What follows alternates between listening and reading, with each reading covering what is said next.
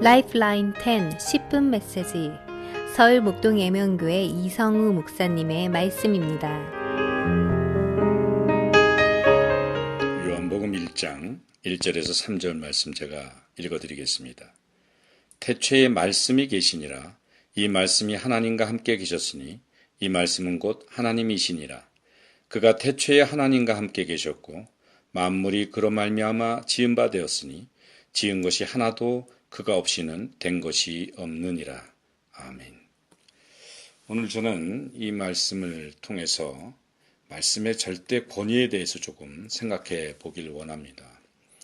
여기 태초에 말씀이 계시니라 해서 이 태초에라는 단어는 엔아르케라는 단어로서 천지 창조 이전부터, 즉 영원부터라는 뜻입니다.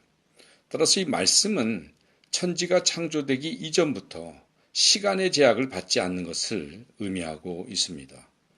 창세기 1장 1절에서 태초에 하나님이 천지를 창조하시니라, 거기에서 나오는 이 브레시트 바라에서 브레시트란 단어도 시간이 시작된 때란 뜻을 가지고 있어요.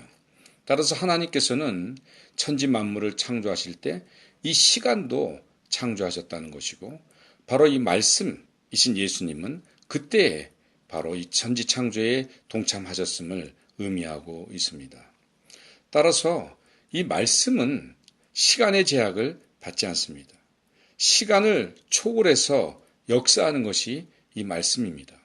이 말씀의 절대 권위는 그래서 시간을 초월해서 역사하기에 우리가 구약시대에 있었던 말씀이 오늘 이 시대에도 역사할 수 있는 것이고, 구약시대 이야기니까 나하고는 상관이 없어가 아니라 그때 이야기가 내게 부딪혀서 내게 감동으로 주어질 때 그 말씀은 새로운 창조의 역사를 이룬다는 것입니다. 따라서 오늘도 우리가 이 말씀에 대한 절대 권위를 인정하고 이 말씀을 믿음으로 살아갈 때 오늘도 우리에게는 그 과거에 있었던 하나님의 능력이 오늘의 능력이 되고 어제나 오늘이나 동일하신 하나님의 생명의 능력으로 우리와 함께하게 되실 줄로 믿습니다. 두 번째 생각해 보고 싶은 것은 이 로고스라는 말씀의 단어입니다. 이 로고스는 만물이 그로 말미암아 창조되었다라는 것을 통해서도 알 수 있듯이 바로 이루는 능력입니다. 창조의 능력입니다. 말씀은 이루는 능력을 가지고 있습니다. 우리가 이 구약에서는 이 다바르, 말씀을 다바르라고도 하는데 이 다바르라는 말씀은 말씀이 일단 선포되어지면 반드시 이루어진다라는 그런 의미를 가지고 있어요. 그래서 우리가 알고 있는 민수기는 미드바르라 그러는데 바로 이 미드바르가 광야에서거든요. 이 광야에서라는 이 단어의 뜻은 바로 이 광야에서, 바로 인생의 어려움 속에서 하나님의 말씀이 임하는 곳이 바로 이 광야라는 것이고, 우리 어려움 속에 이 하나님의 말씀이 주어질 때 이 말씀은 창조의 능력으로 우리의 어려움을 극복하고 새로운 창조의 역사를 이루는 능력의 말씀이라는 것을 의미하고 있습니다. 하나님은 빛이 있으라 하셨음에 이 땅에 빛이 생겼고 새로운 질서가 생겼고 새로운 기쁨이 생겨났습니다. 흑암과 혼돈과 공허로 타락된 이 세상에 하나님께서는 빛으로 예수님을 다시 보내셨습니다. 그래서 흑암과 혼돈과 공허 가운데 소망 없이 사는 인생 중에 길이요 진리요 생명의 길을 열어주시고 새 창조의 역사를 이루시려고 예수님을 이 땅에 보내신 것이고, 예수님은, 말씀이신 예수님은 바로 육신을 입고 이 땅에 오신 것입니다. 그래서 흑암에 어두워진 이 세상, 갈 바를 모르고 방황하는 이 세상에 바른 길을 제시하시고, 또 혼돈에 빠져있는 이 세상에 진리의 질서를 세우시고, 허무한 인생에, 허무한 인생, 몸부림치고 있는 불쌍한 인생들에게 새 생명력을, 참 생명력을 주시려고 예수님은 이 땅에 오신 것입니다. 우리는 이 타락된 이 세상에서 오직 예수님만이 우리의 소망이 될 수 있고, 그 예수님의 말씀만이 우리에게 이 땅에서 새로운 창조의 역사를 이루어가는 원동력이 되는 것입니다. 그래서 오늘 이 말씀과 더불어 살 때 이 타락된 세상을 능히 이기고 이 세상에 새 창조의 역사를 이루는 도구가 될 수 있는 것이죠. 바로 말씀은 새 창조의 역사를 이루는 능력입니다. 이 이루는 말씀의 역사가 우리와 함께 있음에 감사하는 저 여러분 되시길 예수님의 이름으로 축원합니다. 마지막으로 또 하나 좀 생각해 보고 싶은 것은 이 말씀이 그로 말미암아 지어졌는데 골로새 1장 17절에 보게 되면 만물이 다 그로 말미암고 그를 위하여 창조되었다 말씀하고 있습니다. 이 말씀으로 다 이 온 만물이 이루어졌는데 그것은 다 창조주 하나님을 위해서 창조되었다는 것입니다. 창조의 목적은 하나님 보시기에 좋아야 됩니다. 하나님께서는 모든 천지 만물을 만드시고 보시기에 좋았더라 말씀하고 있어요.